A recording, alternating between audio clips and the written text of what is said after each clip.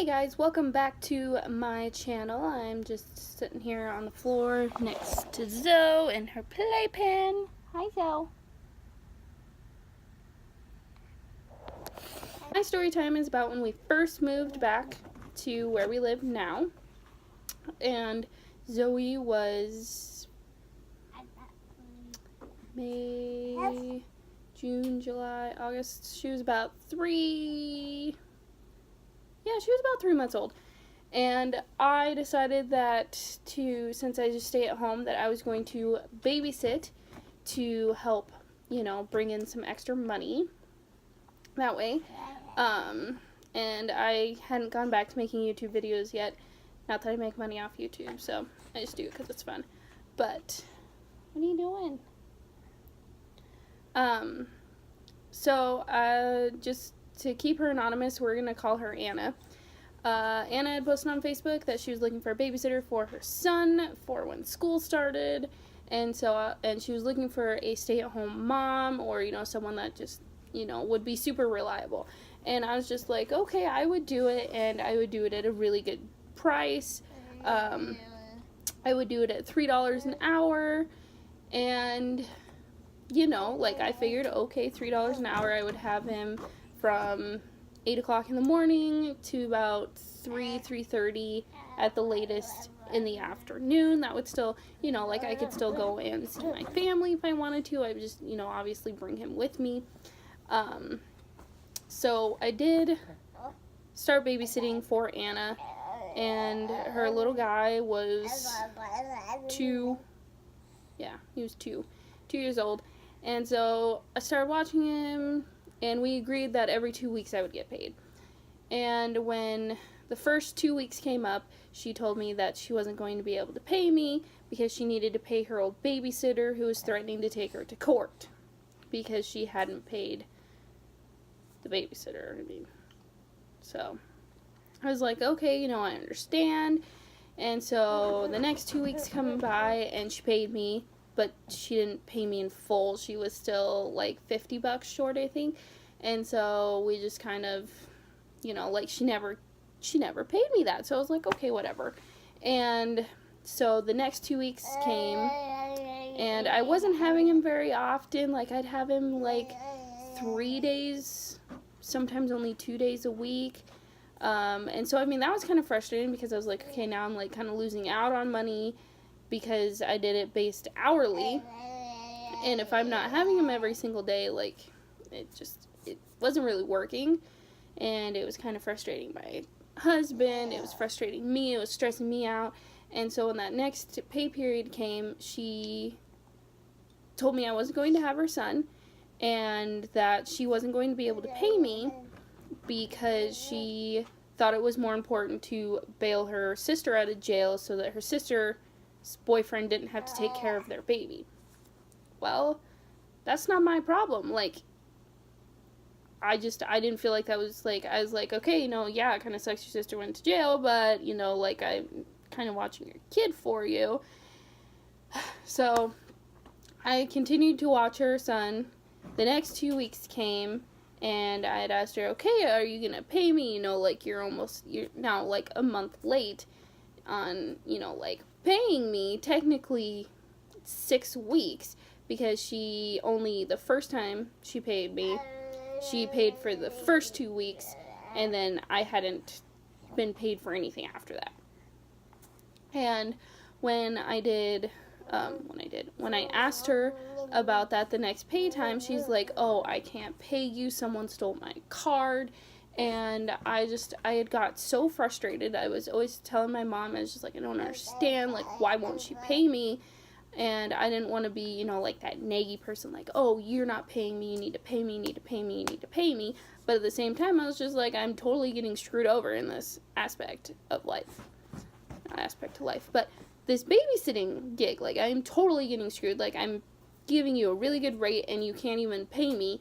And so I had sent her a thing saying, you know what, I understand, I really do, I understand that, like, someone stealing your card, yes, that sucks. But I need to be paid. I need to be paid. Right now, I'm watching your kid for free. I feed him twice a day. or whenever he tells me that he's hungry, I feed him. And I was like, and I have a baby of my own that I need to take care of. And so I, like, basically, you know, I waited for her to reply back, and she's just like, yeah, I know it sucks, but okay, I'll pay you $200 right now. I was like, okay, that's fine. And then she's like, oh, yeah, no, I can't do that. And so I sat down and I talked to my mom, because my mom babysits too. And so when I talked to her about it, she was just like, you just need to tell her, no, you're done. She needs to just come up and she needs to straight out pay you. So it's like, okay. So I just told her, you know, like, due to you know, like, sorry all this crap's happened to you, but due to you not paying me, I'm not going to watch your kid anymore. I don't need the added stress of watching another kid, the added stress of not getting paid to watch this other kid, and, you know, not having him 5 days a week, and, you know, never really knowing when I'm going to have him. I couldn't, you know, like, go out of town if I needed to appointments, and so that was kind of, you know, the end of me babysitting. And 2 weeks after that, she still hadn't paid me, and I, you know, like, I kept asking her. I was just like, okay, you need to just pay me, just pay me, just pay me, just pay me. I think the total was $323 or something like that.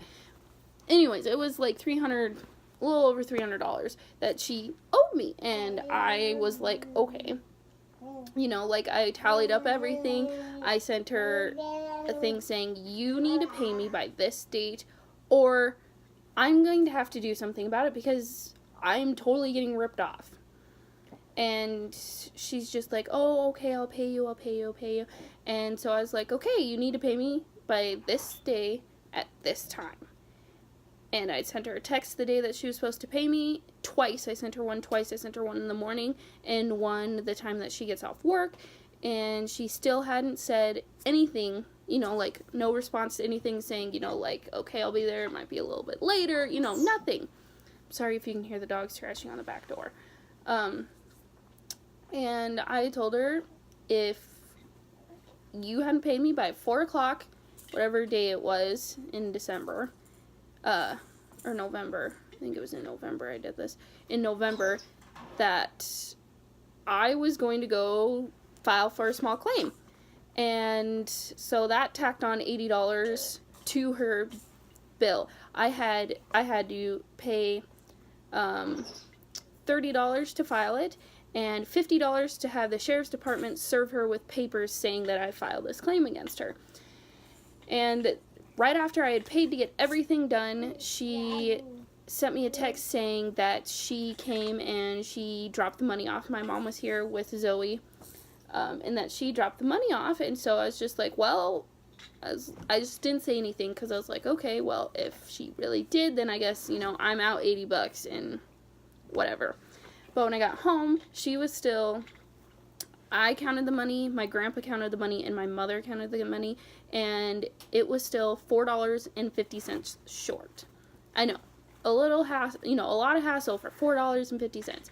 But, you know, I was just like, you know what, I earned that $4.50, I want it back.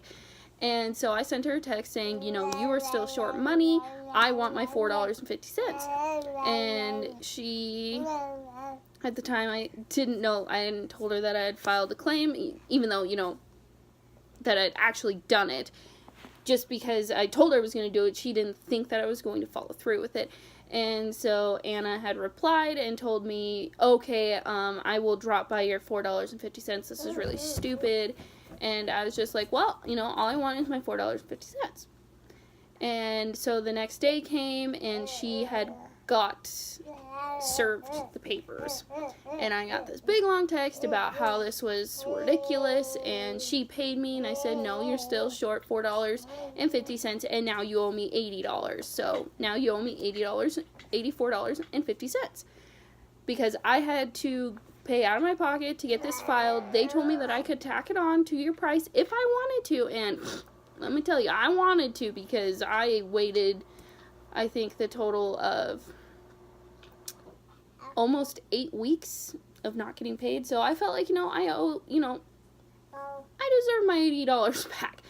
But so we ended up having to go to a court and sit in front of a judge, and she didn't deny anything. She totally agreed that, yeah, she gypped me, and that she still owed me the $4.50. And that she was not, under any circumstances, no way, no how, unless it was court ordered, was she going to pay the $80. And I went to the judge, and, I told him, hey, I believe that, I had to come and file this. She knew that I was going to do this, that I deserve my $80 back, and she still hasn't paid me the $4.50. And this was almost a month later that we had this court date, so she had a month to pay the $4.50. And so the judge heard both of our sides of our story, and the Friday, so that was Tuesday that happened, that Friday we got a letter saying that I was going to get my $84.50.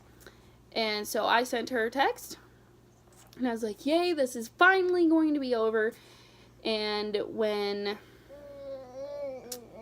I sent her a text, I waited 3 days, and she still hadn't said anything. I asked her, okay, the verdict is in, saying that you are going to pay the $84.50 instead of, just $4.50. And so she didn't say anything. I tried sending her a text, I tried calling her, and I had tried sending her a message on Facebook. And 3 days, nothing. Heard nothing. So I talked to my grandpa, who's an ex-police officer, a retired police officer from Vegas, and asked him, okay, so what should I do? I want to get paid the rest of the money. And he's like, okay, you need to write a letter setting a day and a time to do that. So I set it saying January 2nd by 4 p.m. And I sent the letter, and the day that I sent the letter, I got a text from her saying that she wasn't going to pay me till the 8th, and I told her that was a bunch of bull crap, and that I had sent a letter saying, in that letter, if she doesn't pay me by January 2nd, by 4 p.m., I was going to file again. And at this point, I have no problem filing again, because I know I would get my money back. More than likely. Get my money back for that. Hi, Zoe. Hi. So I got a text January 2nd saying that she had put a check in the mail yesterday. And I said, well, that was not what I told her. That's not, if you want to pay me by check, that's fine, whatever. But I wanted to be paid today, have the money today.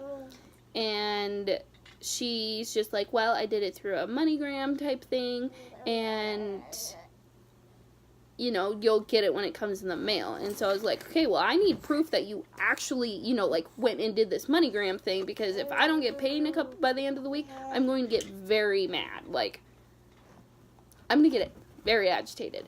And so she sent me a picture of the receipt, told me that it should be in the mail the next day, so on the 3rd, which was my 22nd birthday. So I was like, okay, great, this will be awesome. We'll have, $84.50 more to, go grocery shopping or whatever we needed to do.